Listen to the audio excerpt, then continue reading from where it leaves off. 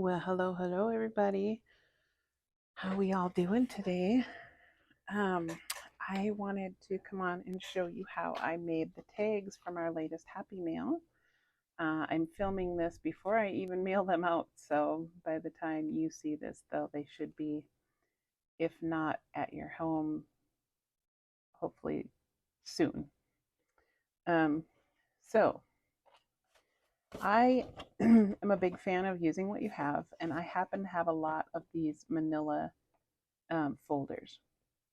If you don't have manila folders laying around, there's no sense in going out to buy them unless you just love them. But um, that's what I have, so that's what I'm starting with.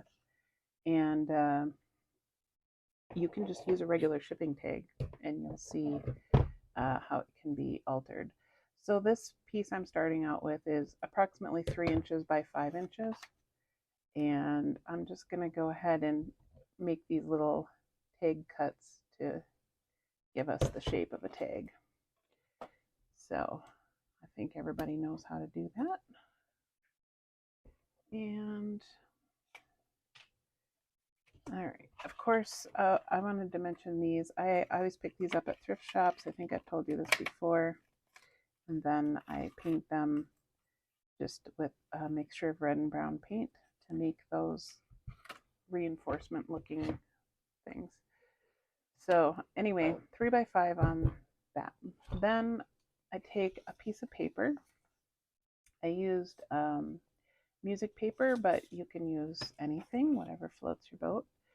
And so this paper was approximately the same size, approximately 3 by 5. And then I just folded it directly in half. And we're just going to put it on here like this. And then if I hold this up to the window, I can see where the cut line is. But I'm just going to fold it and then trim it. There we go. And then grab my glue, and just at the very top, we're gonna add some glue. Maybe. There we go. Okay, I'm gonna do this little edge and then the top, and I'm just doing it lightly because I'm gonna sew around this. So now, if you're not sewing around it because you don't have a machine or you don't want to, then feel free to glue it a little stronger. But then I'm going to do it on the other side. But we're leaving that whole edge open and creating our pockets. So this is going to give us a double-sided pocket tag. I think is pretty darn cool. I'm going to take this over to the machine, and I'm going to sew all the way around the edge. Now, if you don't have a sewing machine, like I said, don't stress about it. It's not a big deal. I am going to ink the edges because, you know, I love that. But yeah, sewing machine is not necessary. I just like the texture that it gives it.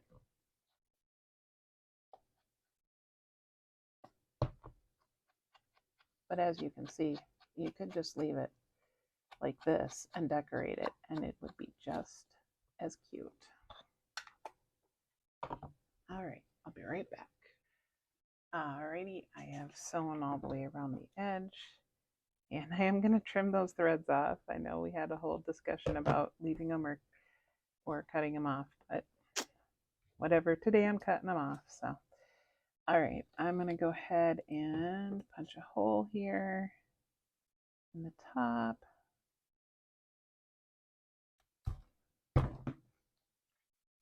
And actually, I'm going to put a little ink around that because I've noticed that my hole from my punch is not quite as big as the hole that's in the reinforcements. So this will help it blend in a little bit. Not that it really matters, especially once you put the tie on, but I don't know. It's just one of those little detail things I really can't get past. All right. There's one. The other side. If they're not sticky enough for your liking, you can always glue them on. I think that looks okay. So there we go. And then I took a piece of lace and just glued it on. You could put anything on here. You could put paper or snippet roll or washi tape. I mean, really, why am I trying to put that on? I'm going to need it again anyway. But remember how I said I like to use what I have? I happen to have a lot of this lace. So I wanted to find a way to use it. My mom, I don't know where she came across it, but she sent me quite a bit recently. That vintage lace. So I like to use it. Okay. The words that I put on here, I just typed them onto my computer and I printed them out on this kind of creamy cardstock over and over again. We're going to ink the edges, of course. And this is just a fun little tag for, I mean, I think it'd be cute to put in like a birthday card or use it as a bookmark, whatever. But I love that it has the little pockets because, you know, sometimes you're just, maybe you got your book and you come across something that you want to save, so you could tuck it in there. I don't know, maybe you have a sweet little note that you don't really have a home for it, but put it in here. It's just fun. And if you wanted to, you could use it as a gift card holder too. Be a fun way to give a gift card.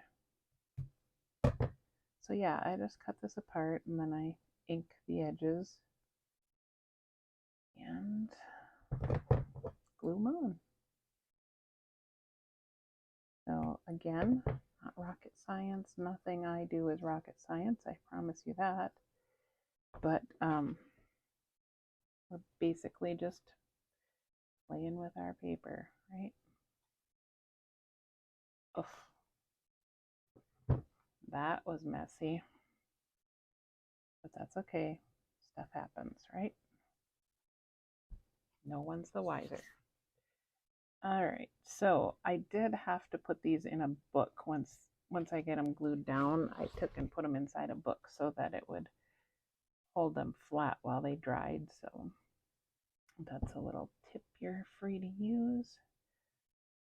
I have a whole stack of vintage dictionaries that I use as my book press for all of these projects. There's always random stuff sticking out of them.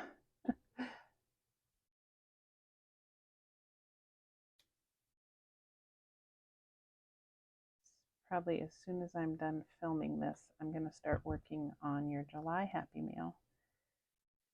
Since I hope to be traveling at some point this month, I want to make sure that I have the bulk of your July Happy Meal ready to go when I get back. I don't want you to have to wait. That's not good. All right. So I left the other side blank on these because I figured you could decorate them the way you wanted to. But that's it. I mean, that's all there is to it. Then you got a spot to stick your stuff. Oh, the little tie. I just used string. This is some actually rust dyed string from something. I don't even remember what this string was from, but I just threw it in the dye bucket. So let's use that.